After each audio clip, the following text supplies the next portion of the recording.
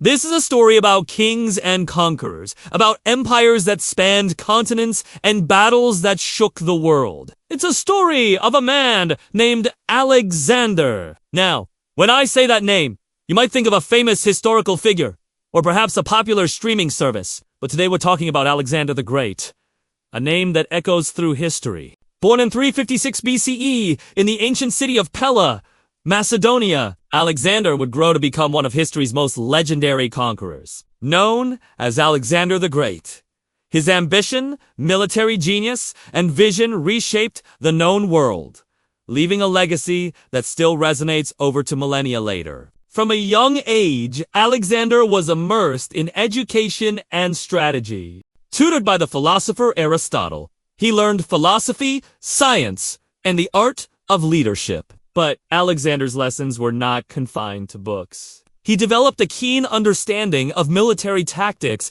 and the qualities required to command respect and loyalty from his soldiers. Even as a boy, Alexander's courage and intelligence were evident. At the age of 12, he reportedly tamed the wild horse Bucephalus, an animal deemed untamable by others. This act foreshadowed the determination and daring that would define his life, proving that Alexander was destined for greatness. And then came the day when destiny truly called. When Alexander's father, King Philip II of Macedon, was assassinated, a crown was thrust upon him at just 20 years old. Now, despite the suddenness of it all, Alexander didn't shy away. He took charge, consolidated power in Macedonia, and united the feuding Greek city-states, laying the foundation for a mighty empire. But his ambitions? They knew no bounds. Alexander's gaze turned towards the east, towards the mighty Persian Empire, the biggest, baddest empire around. And let me tell you, the Persians, they weren't just going to hand over their empire without a fight. The first clash came at the Battle of Greece. On one side, the Macedonians led by Alexander himself, and on the other, the Persians, eager to defend their homeland. Now, Alexander was outnumbered.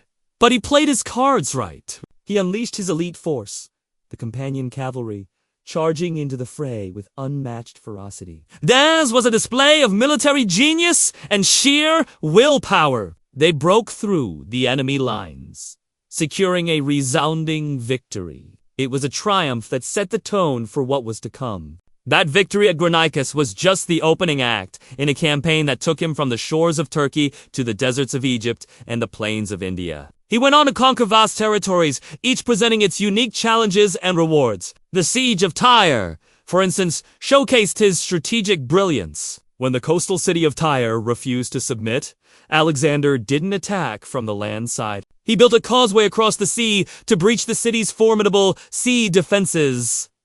Talk about thinking outside the box. As he journeyed deeper into the heart of the Persian Empire, Alexander faced bigger and tougher battles. At Issus, in 333 BCE, he went toe-to-toe with the Persian king Darius III. Once again, Alexander's strategic prowess shone. He divided his army into smaller, more maneuverable units, catching the Persians off guard. It was a battle that not only cemented his reputation as a military genius, but also led to the liberation of many oppressed people who saw Alexander as a liberator rather than a conqueror.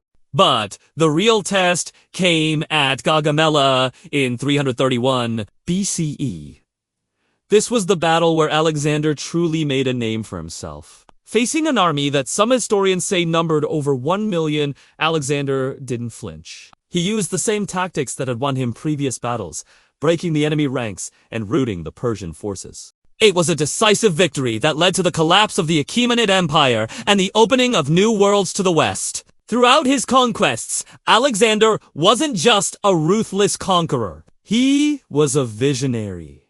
In Egypt, he was welcomed as a liberator and founded the city of Alexandria, which would become a center of learning, culture, and trade for centuries. He respected local customs, blending Greek and Eastern cultures, a policy that helped maintain stability across his expanding empire. His empire stretched from Greece to India, an unprecedented feat in the ancient world. By 326 BCE, Alexander and his army reached the Indian subcontinent. There, he faced King Porus, a ruler of a mighty Indian kingdom. The Battle of the Hydaspes was one of the largest and most intense battles of the ancient world. It was a hard-fought victory for Alexander, but the toll on his army was heavy. They were exhausted, homesick, and in desperate need of rest. Despite his own desire to keep pushing eastward, Alexander respected their pleas, turning his war-weary troops around and starting the long journey back. He returned to Babylon, where he died mysteriously in 323 BCE